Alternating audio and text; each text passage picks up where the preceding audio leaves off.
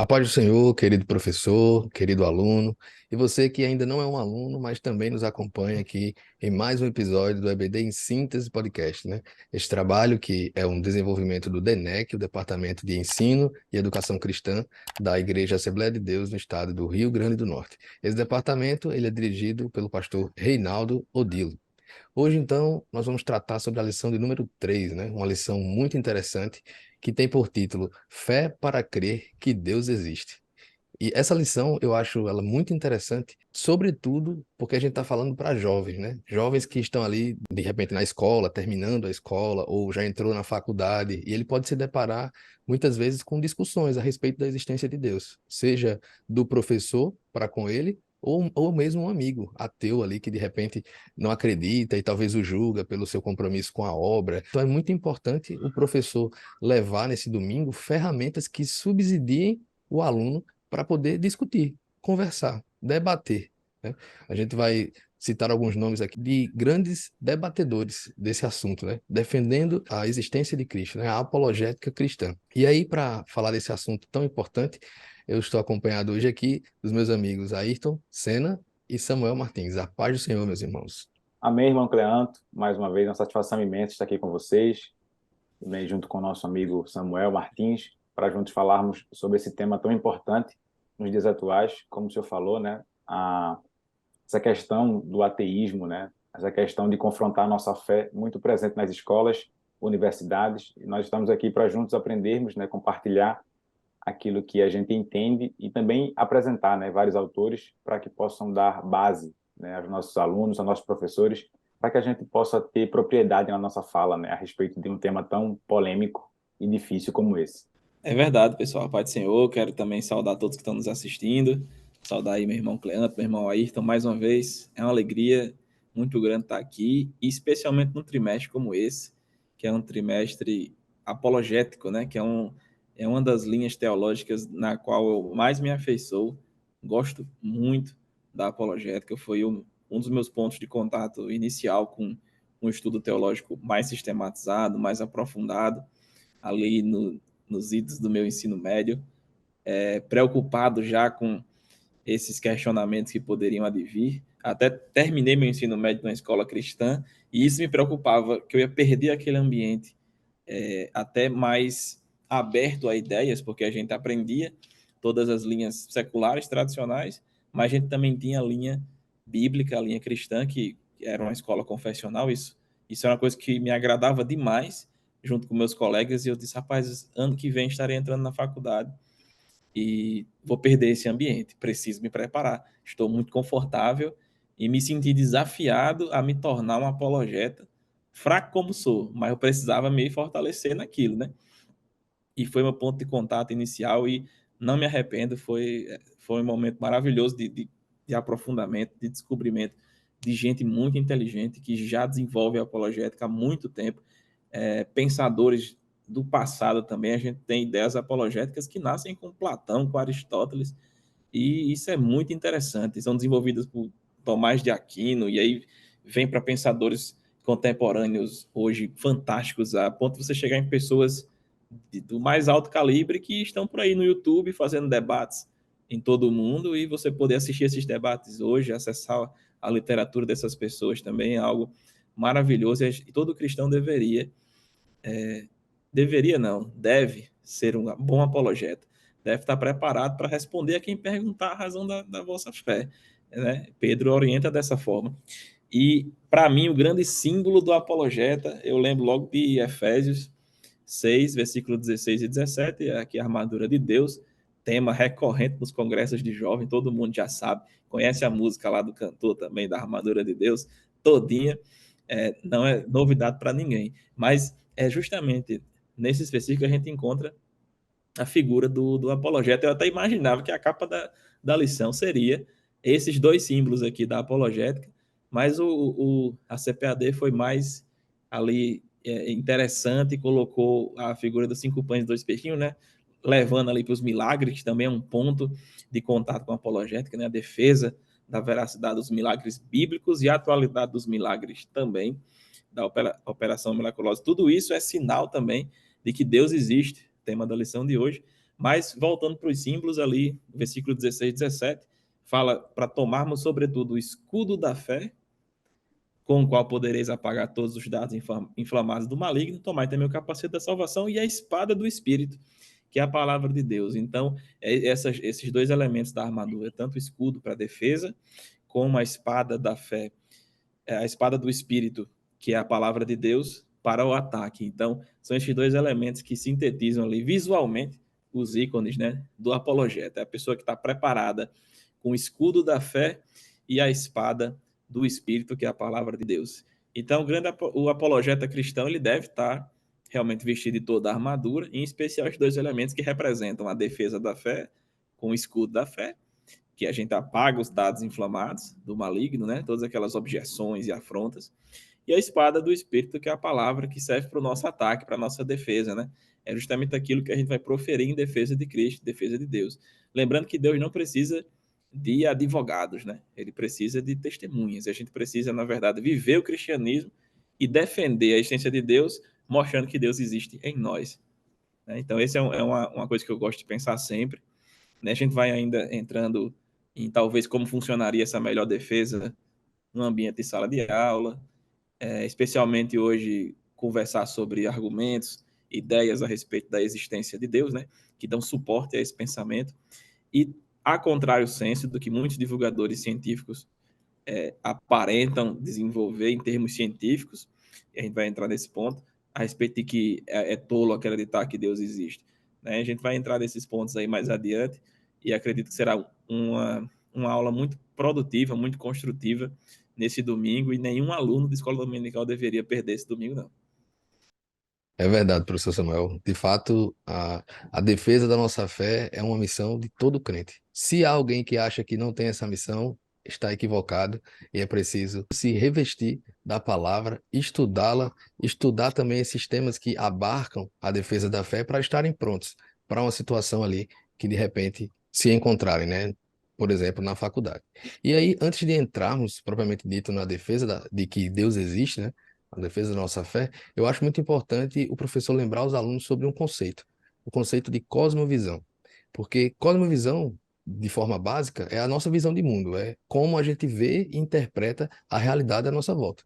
E esse conceito, ele é extremamente importante porque nós vivemos de acordo com a nossa cosmovisão.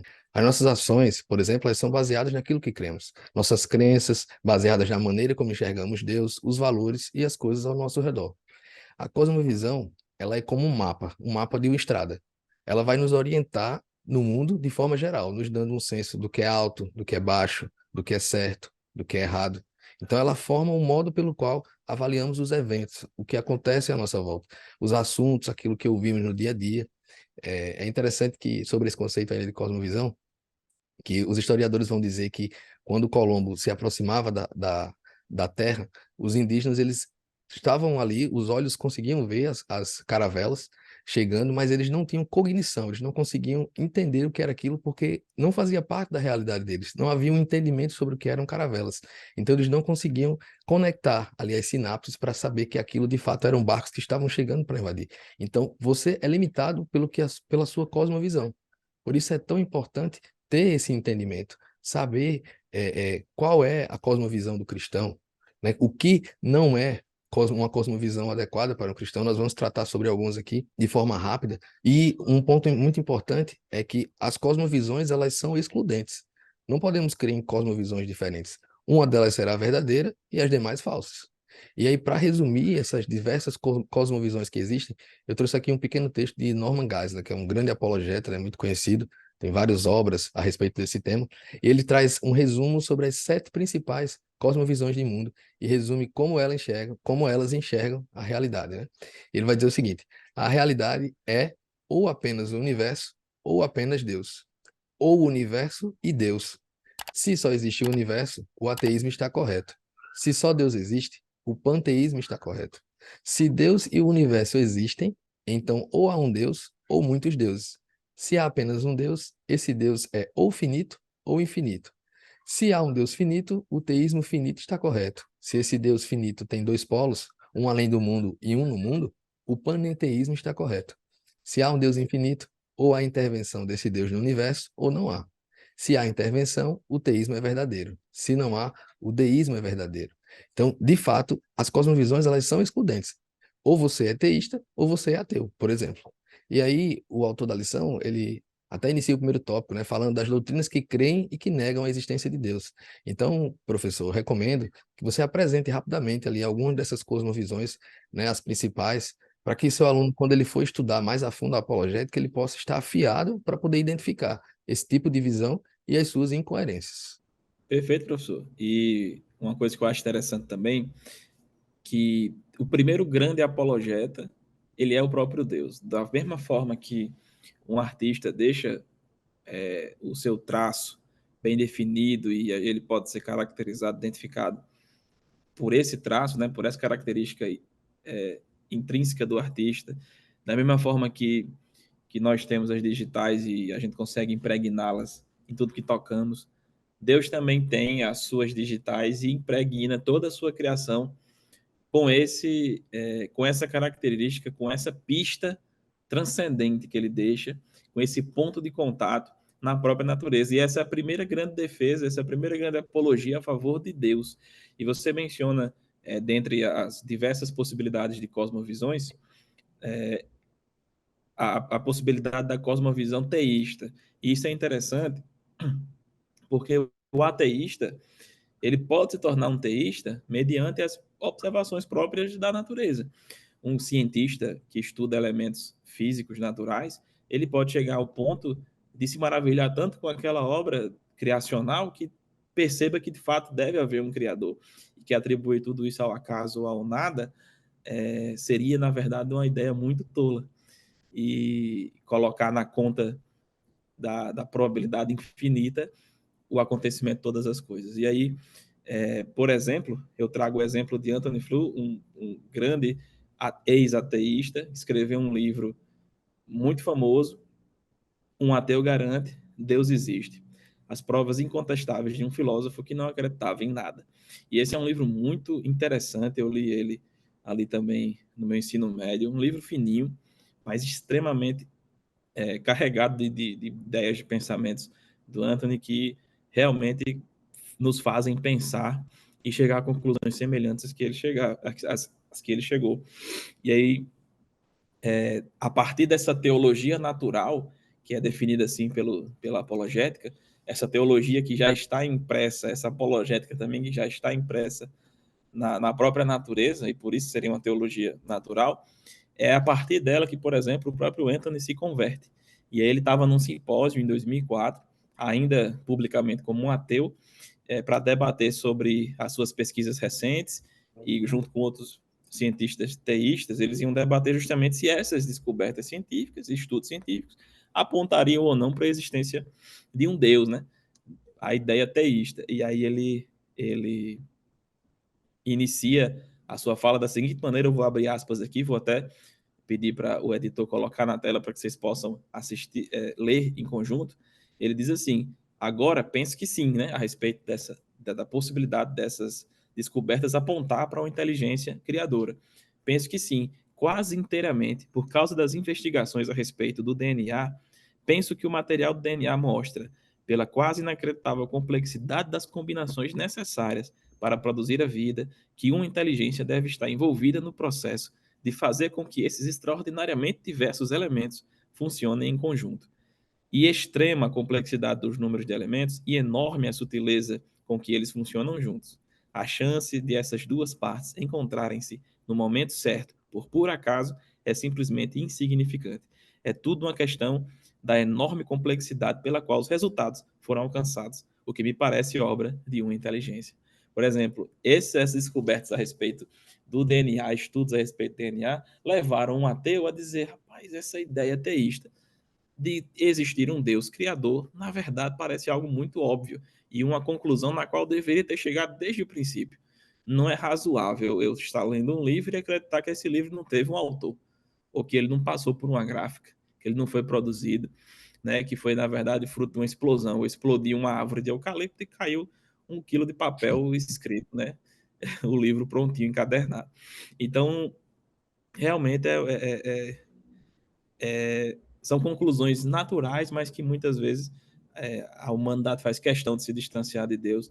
E aí Paulo, defendendo a teologia natural, capítulo 1 de Romanos, versículo 20, ele está justamente lançando um argumento contra a depravação dos gentios e diz, porque as suas coisas invisíveis, desde a criação do mundo, tanto o seu eterno poder como a sua divindade, se entendem e claramente se veem pelas coisas que estão criadas, para que eles fiquem inexcusáveis.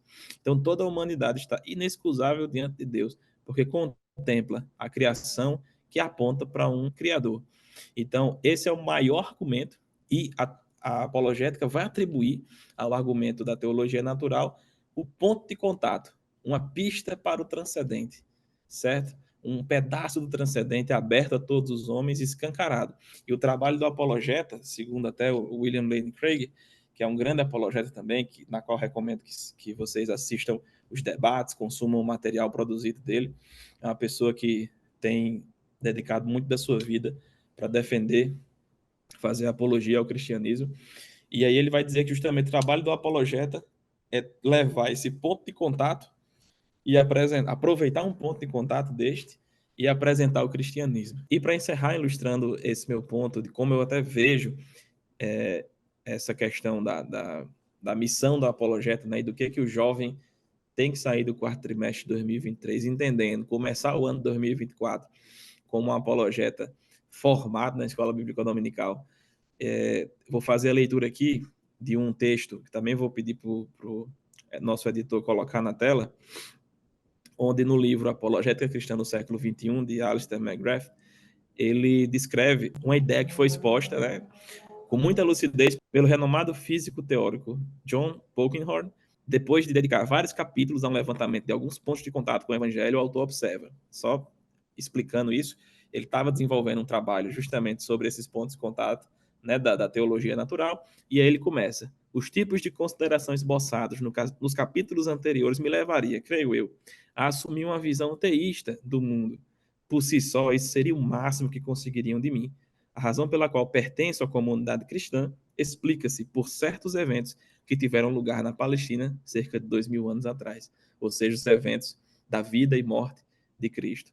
Então, essa ponte realmente é trabalho do apologeta cristão, é trabalho de todo jovem na Escola Bíblica Dominical, de todo bom cristão, é de identificar e aproveitar esses pontos de contato, estudar a teologia natural, entender os sinais que Deus deixa, desde o DNA, olhando para dentro, quanto à infinita complexidade do cosmos, você vai encontrar ali um rastro de Deus, uma evidência de que Deus existe. E aproveite essa evidência natural que pode levar até o mais cético dos cientistas à conclusão de que, de fato, a ideia teísta é uma ideia racional. De fato, deve existir um Deus e para que essa complexidade se mantenha, esse Deus tem que intervir. E aí é quando você chega e diz, eu vou lhe mostrar quem é esse Deus. E aí, por esses certos acontecimentos que tiveram lugar na Palestina cerca de 2000 anos atrás, você vai revelar o cristianismo, né, e toda a verdade bíblica para essa pessoa. E o Espírito Santo vai fazer a parte dele convencendo do pecado, da justiça e do juízo.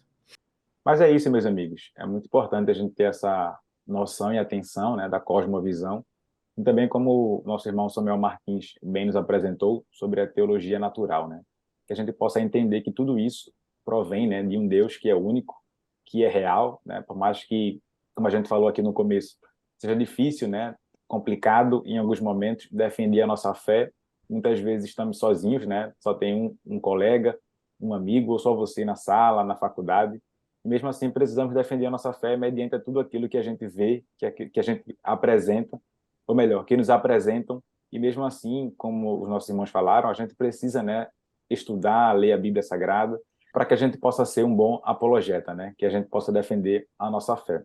Existe também um escritor que eu queria citar aqui a respeito da conversão dele, que eu achei muito interessante, né? O nome dele é Josué Ferrer e ele era um ateu. Ele costuma dizer que ele era um ateu militante, né? Daqueles ateus que não acreditava por nada, que não queria nada, que isso é invenção, que isso é mentira, que não existe, que não tem como do nada, né? Um ser existir e criar tudo, criar todas as coisas. Então ele era daquele tipo que ele se autodenomina, né, um ateu militante. e ele fala que ele era um aguerrido ativista, né? Ele gostava de puxar pessoas para o seu lado por ter um vasto conhecimento, né, da filosofia, por ter um vasto conhecimento de arqueologia, então ele acabava sempre querendo deturpar, né, querendo que as pessoas mudassem o pensamento a respeito disso. E ele trouxe uma palestra, né, na universidade ali, a respeito da sua conversão, né, ele dizendo, olha, eu era tudo isso, um ativista, e agora eu sou uma pessoa convertida. E ele fala o seguinte, o livro que ele lançou, né, é o Porquê Deixei de Ser Ateu, né, onde ele relata ali a sua conversão. E ali ele sendo, né, um militante ateu, né, hoje ele convertido, mas ele era um militante ateu, é interessante que o livro que ele fala assim, o livro dele é Porquê Deixei de Ser Ateu. E ele relata, né, a experiência da sua conversão, ele traz ali 50 respostas para perguntas a respeito disso, e tem algo interessante que ele apresenta, né, que ele fala assim, ó, eu era daquele ateu irritado, né, profano e anticlerical, que finalmente tornou-se cristão. Então ali ele começa a explicar, né, toda aquela sua conversão, ele começa a fazer perguntas e respostas, dizendo o que tocou ele, o que fez ele mudar, né? E eu acho interessante isso, que a conversão dele, né, podemos dizer ou citar que poderia até se comparar, né, até a questão de Paulo, né, que ele era um perseguidor de cristão e passou a ser perseguido. Claro que no caso de Paulo ele não era uma pessoa ateia, né, mas aqui nesse caso sim. Então, assim, é muito interessante ele expor isso, porque de fato ainda tem muita gente, né, ateu, que não acredita em Deus. E quando ele traz essas perguntas, quando ele traz essas respostas para mostrar às pessoas que é possível a gente acreditar e crer através da fé que é em Cristo Jesus, então isso nos conforta, entendendo que temos mais pessoas ao nosso lado e que existem exemplos vivos, né? Não só das histórias, não só daquilo que nos falaram, mas sim hoje pessoas que estão, né, se convertendo ao Senhor Jesus Cristo. E como o irmão Samuel falou, né, nosso dever é se preparar, é estudar, né, defender a nossa fé, se preparar com tudo que a gente possa se preparar, mas também a gente precisa entender que quem convence, né, é o Espírito Santo do Senhor. Eu também costumo dizer que Gênesis 1:1, né, no princípio criou Deus os céus e a terra, quebra qualquer paradigma, né, quebra qualquer coisa que as pessoas venham contra a nossa fé, contra a nossa identidade cristã, mas isso ainda assim é muito pouco, né? A gente precisa falar mais, se preparar mais, ter mais base bíblica para as perguntas que as pessoas fazem. Não são poucas, né? São muitas perguntas que as pessoas fazem e a gente precisa estar preparado para respondê-las com muita fé, com muita propriedade a todas elas e fazendo sempre, né, menção do poder que há no nome de Jesus Cristo. É verdade, Ayrton, e concordo muito com você. Também me lembro da citação do apóstolo Pedro, 1 Pedro 3,15, e estais sempre preparado para responder com mansidão e temor a qualquer que vos pedir a razão da esperança que há em vós. Veja que ele pede a razão da esperança, ele pede a razão dessa fé que você tem. Então, não é para responder o contraditor apenas com a Bíblia, porque ele não crê na Bíblia ainda. Ele está esperando do cristão a razão do porquê ele crê assim, a razão dessa esperança. Então, ele tem que apresentar uma defesa racional, lógica, antes de uma defesa de fé. Não é? Porque o salto de fé, Deus exige de nós e de todo aquele que se achegar a ele. Deus sempre vai existir o salto de fé. Até porque se Deus fosse completamente provável e verificável, a gente está falando de um Deus que está dentro do nosso escopo de atuação, um Deus que está também preso em nossa mera existência. E esse não é um Deus grande o suficiente para ser o Deus da Bíblia. Então, o Deus da Bíblia, o nosso Deus, o Deus verdadeiro e vivo, ele não se limita ao escopo de observação. Então, ele não pode ser provado. A fé sempre será um elemento fundamental para a salvação, para a crença no cristianismo. Mas Pedro diz, isso não é desculpa para você não estar apto a responder a razão da fé. E olha, ele diz que também é com mansidão e temor.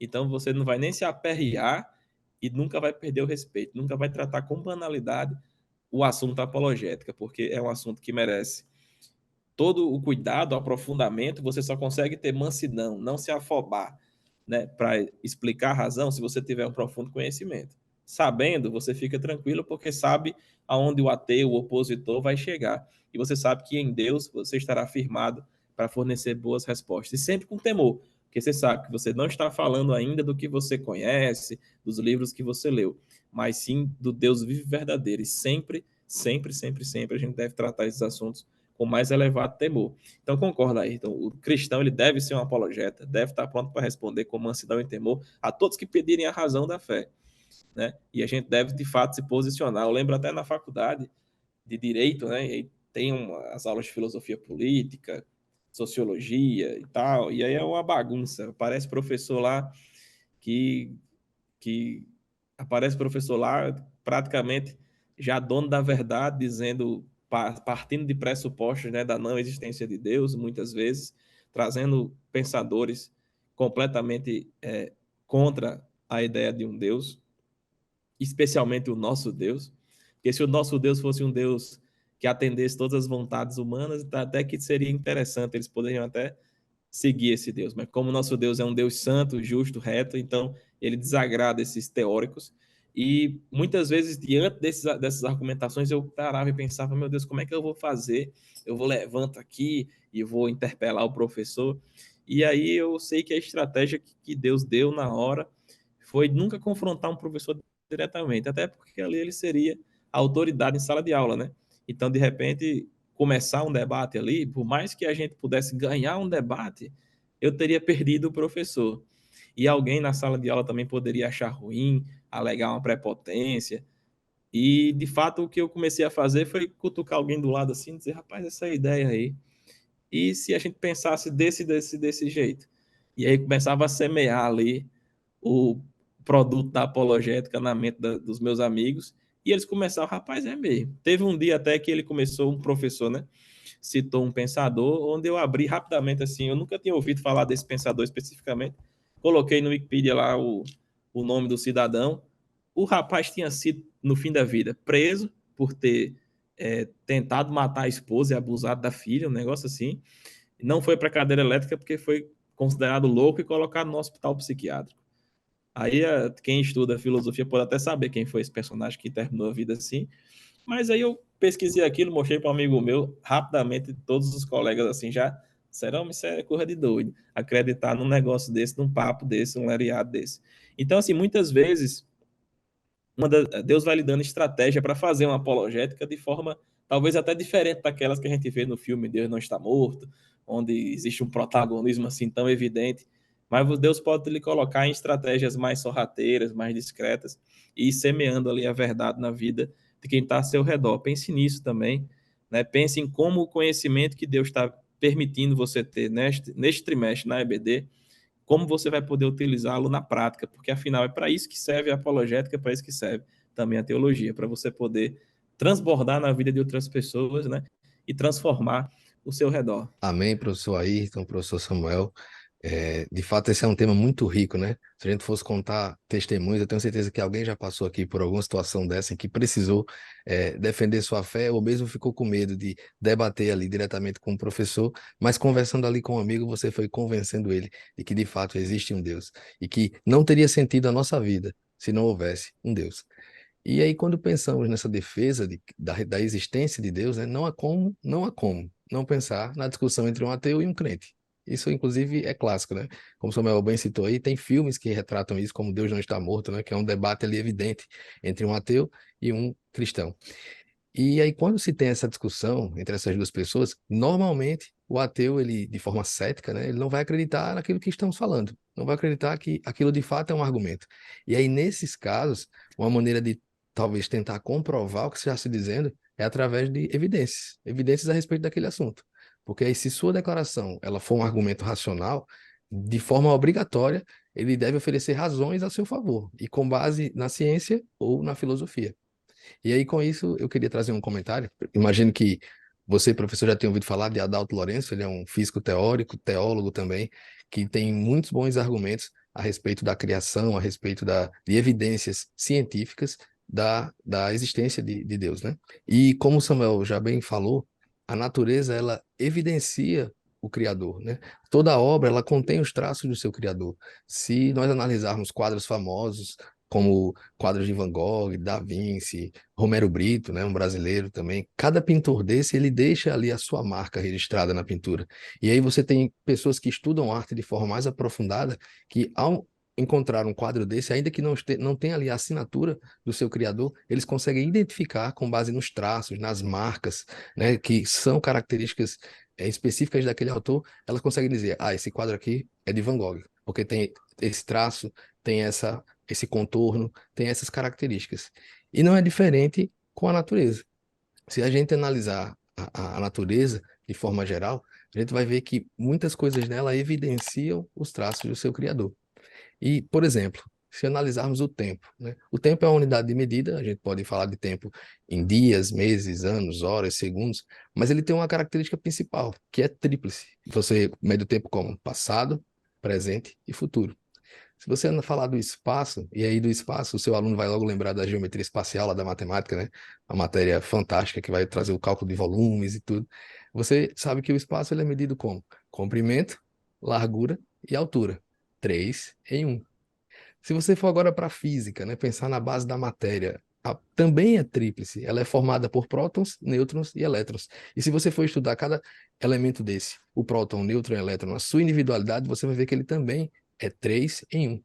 Então, veja que o sistema ele tem uma lógica, né? Se você for para os campos fundamentais da física, né, os que são conhecidos e estudados, você tem o magnético, o elétrico e o gravitacional.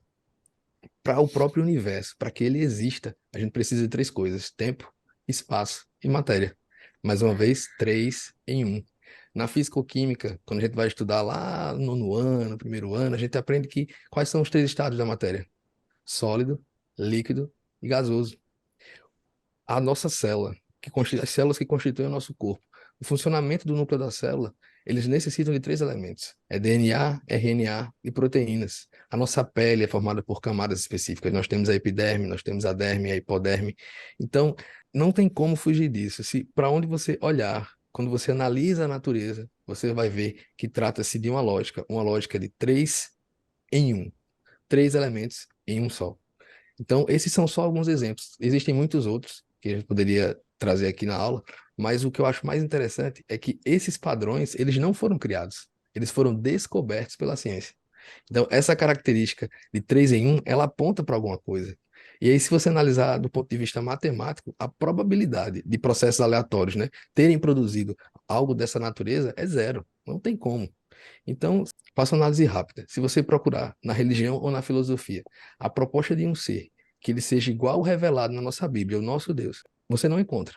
Ele é único. Somente Deus se revela como o único Deus em 3 pessoas: o Pai, o Filho e o Espírito Santo. Então, assim podemos concluir que a criação ela possui em si os traços do seu Criador. É isso aí, irmão Cleanto, né? É importante a gente entender que o ateu ali ele não tem a fé, né? Ainda ele não tem uma base bíblica declarada, então a gente precisa tentar provar ali por A mais B, tentar provar com coisas palpáveis, com coisas racionais, né? E todos os exemplos que o senhor trouxe agora foi muito bom, né? Vai dar aí ao professor que está assistindo subsídios, né? Vai citar exemplos de como mostrar, né? De que a física, a química, a biologia, enfim, vários ramos, né, da história, várias situações, a gente pode ver, né, a ação de Deus, né, o sobrenatural de Deus ali, através também de coisas reais, né, e palpáveis. Eu queria também trazer, né, nesse aspecto de que a gente está falando sobre o ateu, mas no sentido de Deus, né, no sentido do poderio de Deus, tem 2 aspectos que eu acho interessante, que quando a gente trata, né, com uma pessoa que não acredita, que não tem fé, a gente vai convencendo, e esse convencimento muitas vezes não é uma única conversa, né? Não é um único dia. Às vezes precisamos ali, se é na escola, se é no trabalho, se é na faculdade, gastar vários tempos, né? Vários dias, às vezes meses ali convencendo, mas considerando que, né, isso vai evoluindo, né, e o Espírito Santo de Deus vai trabalhando no nosso coração, né, nos encorajando e no coração daquela pessoa que ouve, então a gente vai começar a entender, né, 2 características interessantes, né, a respeito da soberania de Deus, que eu achei interessante. E a primeira é que ele não se limita ao tempo, né? Então isso para Deus não tem tempo diretamente. E na segunda epístola, né, do apóstolo Pedro, capítulo 3, versículo 8, ele fala o seguinte: mas, amados, não ignoreis uma coisa, que um dia para o Senhor é como 1000 anos, e 1000 anos como um dia. Então, embora a gente se preocupa tanto, né, com o tempo num aspecto terreno, num aspecto palpável, a gente controla através do calendário o dia, a semana, o mês, o ano, para Deus isso não tem um valor direto, né? Um valor real. Independente disso, ele é o Senhor do tempo, né? Ele que apresenta o tempo, ele que fez todas as coisas, e a gente precisa defender a nossa fé e deixar isso bem claro, né? Que a gente acredita nele, que a gente confia nele e que de fato ele quem criou todas as coisas. E um segundo ponto também que eu acho muito interessante é sobre a onipresença de Deus, né? A gente vai falar sobre vários aspectos, né? Naquilo que o Espírito Santo vai direcionar a uma conversa, a um diálogo, mas a gente também acha interessante a gente apresentar a onipresença de Deus, né? Como é que, inclusive, isso muitas vezes a pergunta, né, de várias pessoas que não acreditam, que não têm essa fé ainda, como a gente tem. Como é que vocês falam que Deus ele habita em vários lugares? Como é que vocês falam que Deus está em vários lugares ao mesmo tempo? Como é que Deus ele está aqui e está nos Estados Unidos e está em vários lugares, está em outro país, né? Isso porque ele é um ser onipresente, né? Ele está em todos os lugares, ele está ouvindo todas as pessoas ao mesmo tempo. E o salmista Davi, né? Ele trouxe um exemplo disso no Salmo 39, né? No verso 8. E ali o salmista Davi, né? Ele estava ali suplicando a Deus, né? Falando a respeito da sua onipotência, a sua onipresença. E ele fala o seguinte: se subir ao céu, tu aí estás, né? Se fizer no céu a minha cama, eis que tu ali também estás. Ou seja, não tem como fugir, né, da presença do Senhor, não tem como se esconder. E essa característica eu acho muito interessante, né, que ele não se limita ao tempo e ele está presente sempre. Então, isso não é problema para o Senhor, o tempo, estar presente em vários lugares também não é nenhum problema. Eu acho interessante também aquela expressão que até Isaías disse, né, quando ele fala de Pai eterno, sobre o Pai da eternidade, né? Se a gente for ver à luz da gramática, né, do dicionário, o que seria algo eterno é algo que não tem início e que não tem fim, né? Isso remete à eternidade, aquilo que sempre existiu. E Pai é aquilo que dá a criação, né? Que gera, aquilo que cria. Tem uma expressão comum que a gente fala, pai é quem cria, né? No sentido de estar ali presente todo dia, mas não é esse sentido direto que eu estou querendo falar aqui, mas no sentido de criar, de gerar, né? Porque a partir do momento que você cria, gera, você tende a acompanhar. Mas aqui é, no caso, no sentido de criar, de gerar. Então, como é que ele é o pai da eternidade, né? Como é que ele cria, como é que ele gerou algo que não tem início e não tem fim, né? Então, esse é o nosso Deus verdadeiro, esse é o nosso Deus que a gente acredita, e através do Espírito Santo, através de bases bíblicas, através de exemplos palpáveis, como vocês trouxeram, a gente vai se encher, né, de palavras, a gente vai se encher de conhecimento para que a gente possa, se vier, né, a debater, defender a nossa fé em Cristo Jesus, porque Ele sim, né, é o nosso Senhor, é o nosso Deus, e é a Ele que nós acreditamos, que nós cremos, e por Ele nós estamos aqui dispostos, né, até dar a nossa vida para que as pessoas possam entender e aceitá-lo, né? E acreditar que é o único caminho que leva o homem ao céu. Claro que isso é um diálogo, né? Um debate que vai levar a muitos dias, né? Mas quando a gente chegar num ponto onde já haja, né, a ação do Espírito Santo, que a gente não possa se esquecer, né, de que aquela alma, aquela pessoa precisa converter-se ao Senhor Jesus Cristo. Amém, professor Ayrton. E a gente já vai caminhando aqui para o final. E eu queria só trazer um questionamento que eu acho muito interessante o professor colocar, né, colocá-lo ali diante dos alunos, né? Que o que seria da vida se Deus não existisse, né? Quais seriam as consequências? E aí dentro da apologética tem uma área que é baseada no predicamento humano. E o que seria exatamente isso? Essa apologética, essa área, ela é totalmente diferente dos modelos tradicionais, que a gente está falando aí, que está preocupado em provar a existência de Deus ou que o cristianismo é verdadeiro. Na verdade, essa área da apologética ela vai estudar as consequências desastrosas para a existência, para a sociedade, para a cultura humana, se o cristianismo fosse falso.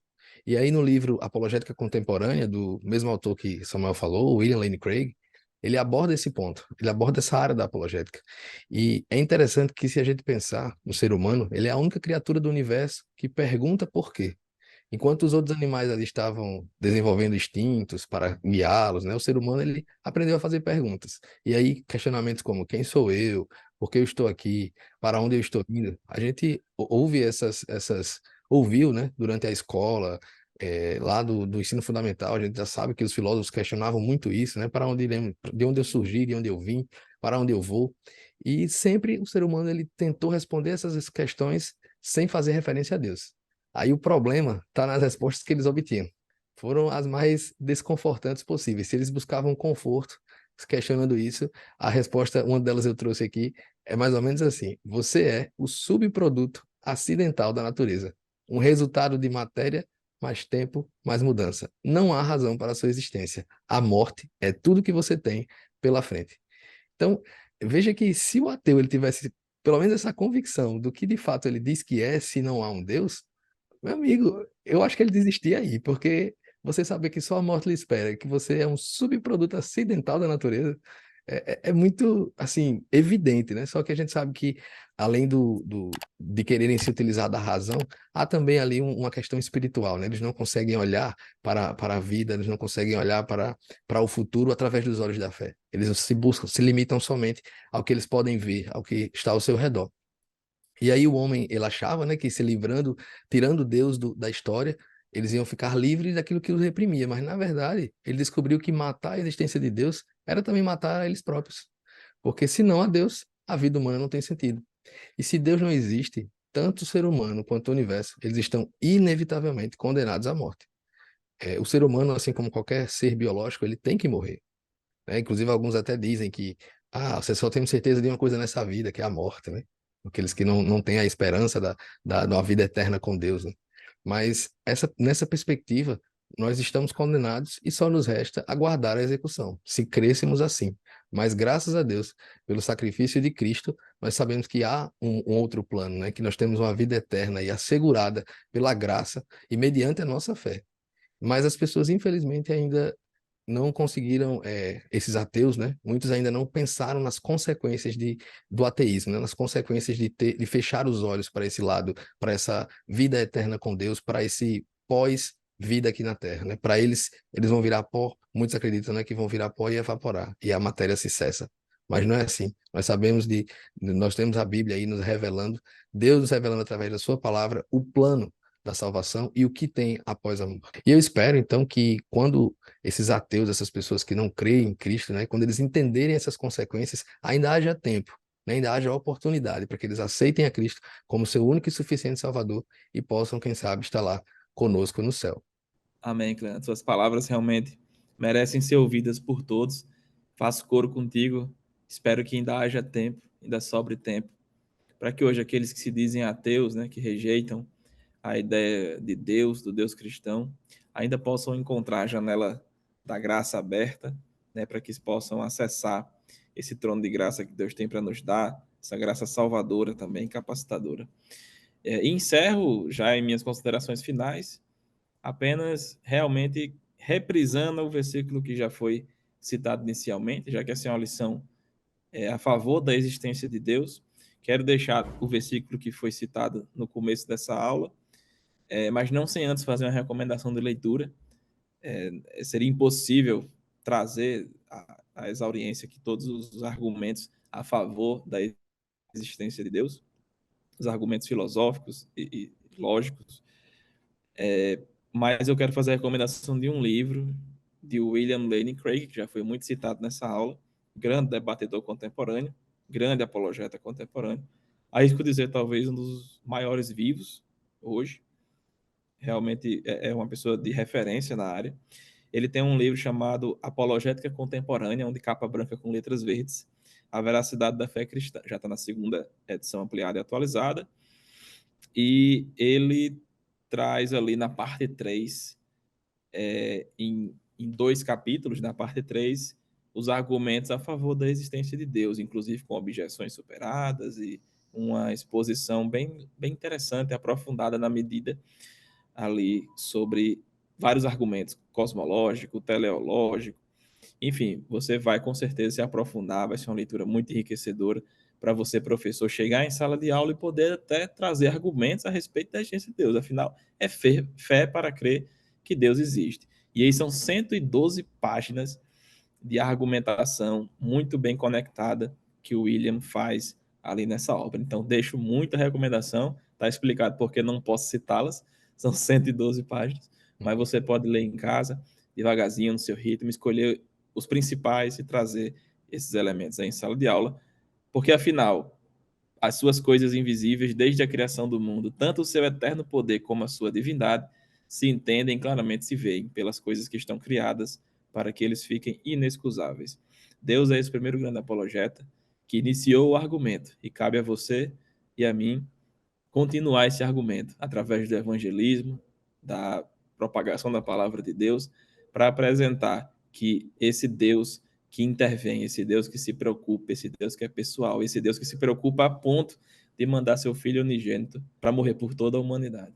Amém, professor Samuel. Amém, professor Cleanto. Né? Pelas minhas considerações finais, agradecer mais uma vez a oportunidade de estarmos aqui falando sobre a lição bíblica e um tema tão bom, né? Um tema tão atual, que é sobre a defesa da nossa fé, e é para que a gente possa, né, estudar, ter base, se preparar para defendê-la e, principalmente, né, que possamos, através do nosso discurso, né, do nosso debate, através disso, o Espírito Santo possa convencer, possa alcançar pessoas, como vocês falaram muito bem, né? Esse é o nosso principal objetivo, que as pessoas acessem, né, ao Senhor Jesus Cristo, tenham esse acesso e que consigam, né, e que tenham a oportunidade de aceitá-lo, né, e viver muito aquilo do que a gente tem para viver, porque a vida não só termina, né, quando morre, como muitas pessoas falam, morreu, acabou.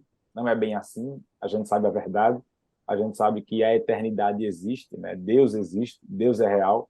Então, que as pessoas possam ter também, né, essa mesma vontade, essa mesma coragem que a gente tem de aceitar Jesus Cristo e viver uma vida plena com o Senhor Jesus Cristo. Então é isso, né? Que as pessoas possam ter acesso, possam estar bem consigo, com o Senhor, e que tenham uma oportunidade, né, de aceitá-lo como o seu único e suficiente Salvador das nossas vidas. Amém. E agora também já trazendo as minhas considerações finais, eu queria só deixar uma dica, né, querido professor, para que você invista um tempo e aborde em sala de aula os 4 argumentos clássicos, né, da existência de Deus. São eles o moral, o ontológico, o teleológico e o cosmológico. Qualquer material, qualquer livro que trate sobre apologética, ele vai abordar esses 4 argumentos, por isso são denominados clássicos, né? E eles são muito importantes e muito consolidados, né, na teologia a respeito da defesa da existência de Deus, né? E isso é bom para que o aluno ele tenha aí mais ferramentas, né, para defender a nossa fé diante de situações adversas, seja na discussão com o professor em sala de aula ou com o seu próprio colega, ou muitas vezes até mesmo dentro de casa. Mas, de fato, como eu falei no início desse podcast, o nosso aluno, neste domingo, ele precisa sair lá abastecido de argumentos para que ele tenha estratégias e subsídios para defender a sua fé diante das mais diversas situações. Então, querido professor, que a sua aula seja uma bênção e, se Deus quiser, nos vemos em um próximo episódio do EBD em Síntese Podcast. Deus te abençoe e até lá.